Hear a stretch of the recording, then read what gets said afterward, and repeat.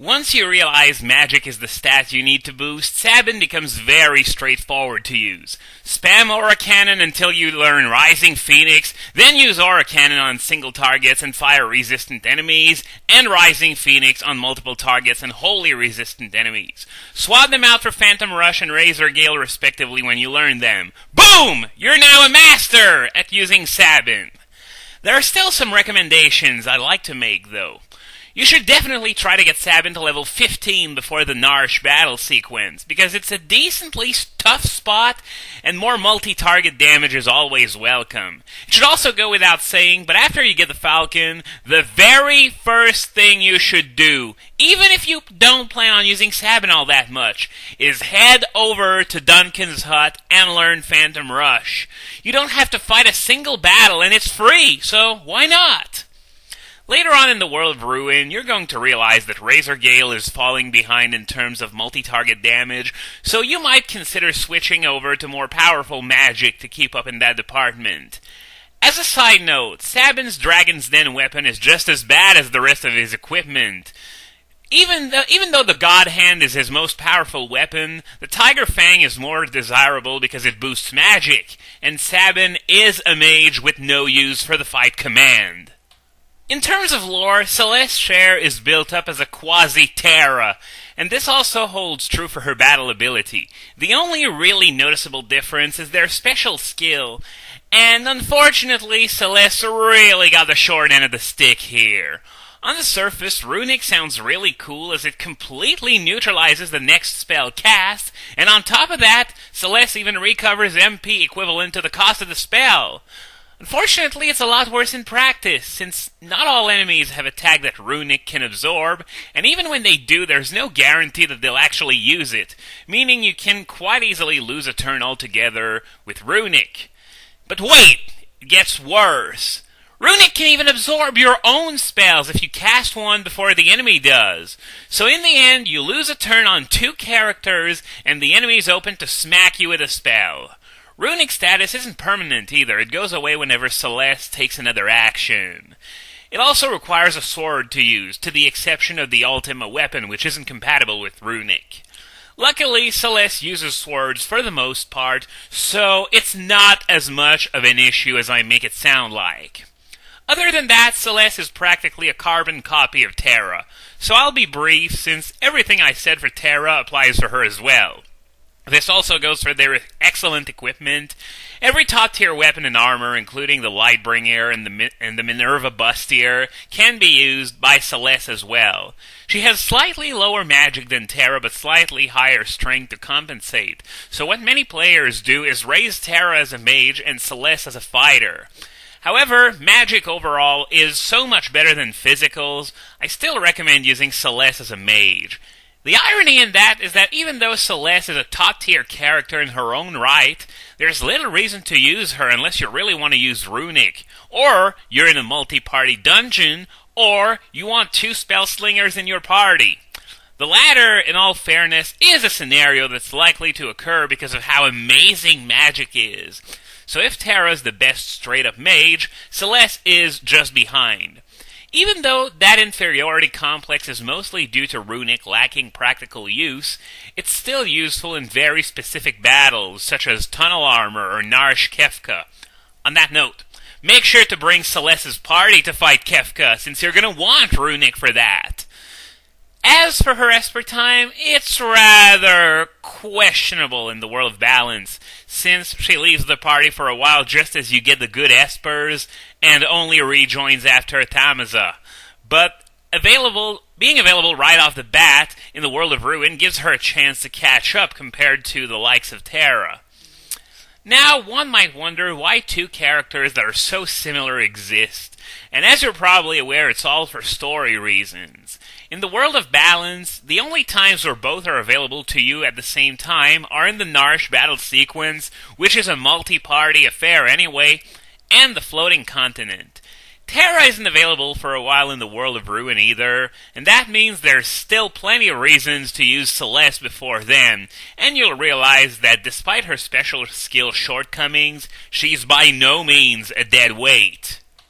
Moving on, next we have a huge fan favorite, Clyde Aroni, almost exclusively known as his moniker of Shadow. Like his hedgehog counterpart, though, he's got coolness to spare, and he has a lot of weight to pull in battle. For a price. Shadow's special ability is flinging away your hard-earned items for massive damage. He can throw any regular weapon as well as a variety of items, such as shurikens and scrolls, that are made for the express purpose of being thrown. And since that's Shadow's bread and butter, why not go over these items? When you first meet Shadow, you can buy shurikens from the nearby wandering merchant, and for 30 gil apiece, they're a decent deal. Do keep in mind, though, that he's only going to be around for Doma and the Phantom Train, and Sabin and Cyan are more than able to decimate everything without you needing to dig into your wallet. After that, you shouldn't use him until the Floating Continent. I'll come back to that later. So think twice before buying those shurikens early on. Later in the World of Balance, you're going to be able to buy scrolls which have a variety of effects. The most basic ones are the fire, water, and lightning scrolls, which deal substantial multi-target damage, more so than the likes of Fire-Eye and Thundara, in fact. At 500 gil a pop, though, this isn't something you should spam willy-nilly. The Shadow and Invisibility scrolls, on the other hand, enhance Shadow's evasiveness in various ways. Shadow Scroll gives him the image status, which makes him immune to physical attacks, though each attack he evades has a 25% chance of dispelling the status. As for the Invisibility Scroll, it's just the Vanish spell in item form. Don't bother buying these. As you might expect, those options aren't going to last you throughout the entire game. Fortunately, better items show up to keep your throw damage up. Fuma Shurikens are a big step up from their regular counterparts, and so is the price. Though by the time you're far enough into the World of Ruin to recruit Shadow, 300 gil isn't very much. From there are 3 more powerful alternatives, depending on how much time and money you're willing to sink into acquiring them. The Pinwheel is the best type of Shuriken, and you can only get it by betting a Fuma Shuriken at the Coliseum. The problem is, you can only get one at a time, so building up a decent stock can be time-consuming. If you have no time, but lots of money to sink, the Falchion is a good alternative. It's slightly weaker than the Pinwheel, but the price tag can be a major turnoff. At 17 grand a pop, your gil stash is going to be cleaned out fast. Finally, there's the Impartisan. Normally you need to be an imp to unlock its full power, but that's only for the fight command. When you throw them, you don't have that problem, so if you're willing to go on a stealing spree against greater mantises, you can get the most powerful throwing ammunition in the entire game. Barring the Ragnarok and Lightbringer, of course. And if you're even thinking of using these for throw, you need to be thrown into a small padded cell with no windows. Beyond throw, Shadow is a surprisingly well-rounded character. He has the high strength, speed, and evasion you'd expect of a typical video game ninja, but unlike a typical video game ninja, he also has serviceable magic power, surprisingly enough. This definitely comes in handy when using those elemental scrolls, as well as magic in general. He does have slight equipment issues, though. He can use some heavy armor, but not all of them, so his options are a bit reduced in that department. Fortunately, it's not as bad as Sabin, but it could still be better. He really depends on throw as far as damage goes, so if you're going to use him for his fight command, better not use him at all. I've said it before and I'll repeat it, Shadow is only as good as the time and money you want to invest into him. If you just want a straight-up physical attacker with no strings attached, you're better off not using him at all. Another problem he's faced with is his complete lack of Esper time. In the World of Balance, he's with you for very limited periods of time, and the only time he has to learn magic and get stat boost there is on the Floating Continent, where he's forced into your party. He's also obtained a bit late in the World of Ruin if you decide to get your characters back from easiest to hardest, but still not nearly as late as Locke. But oddly enough, even though he's depicted as a loner throughout the game, He's the one character that has reinforcements that can help him in battle in the form of his dog, Interceptor. Whenever an enemy performs a regular attack on Shadow, Interceptor has a 50% chance of blocking it, and whenever it does so, it also has a 50% chance of countering with a free attack of its own, though it doesn't work on floating targets. Note that Interceptor isn't available on the floating continent for storyline reasons. As I've said before, Shadow is an unreliable, temporary character in the world of balance. You'll first encounter him at the very beginning of Sabin's scenario, and from there he'll have a 1 in 16 chance of spontaneously leaving at the end of each battle, except on the Phantom Train. As a result, I suggest you save often in order to not redo as much if Shadow decides to leave and you really want to keep him. He will leave regardless when you reach Barren Falls, though, and there's nothing you can do about it. Next time you meet him will be in Kolingen, and you'll be able to hire him if you have 3 characters or less in your party. Do not, I repeat, do not hire him! Not only is he a bit pricey, but he retains that same chance of leaving as before. And, well, you don't want him to leave right in the middle of Zozo.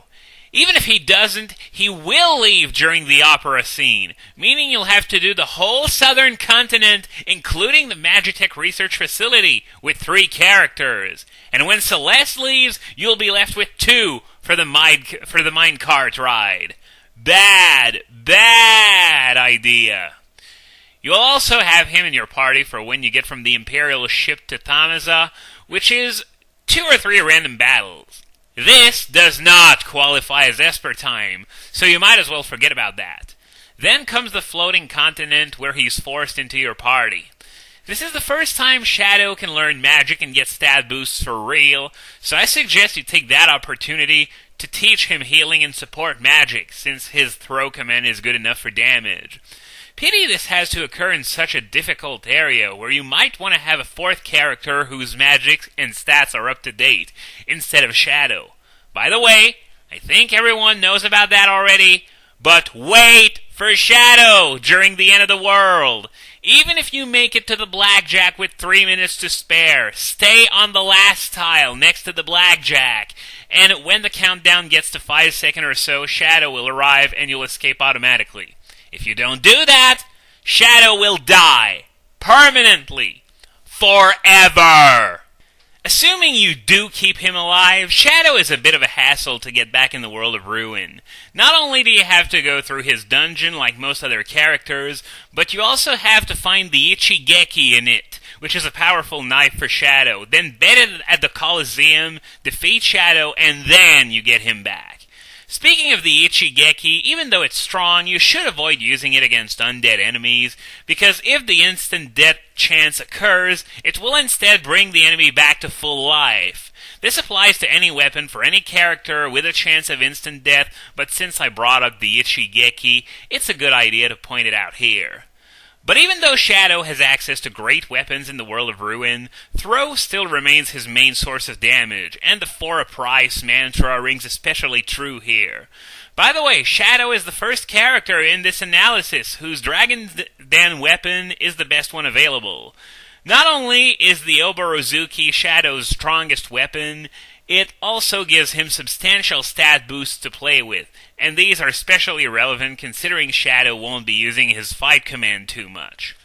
In closing, I have to point out a very frustrating glitch involving Shadow, which can result in the permanent loss of Interceptor.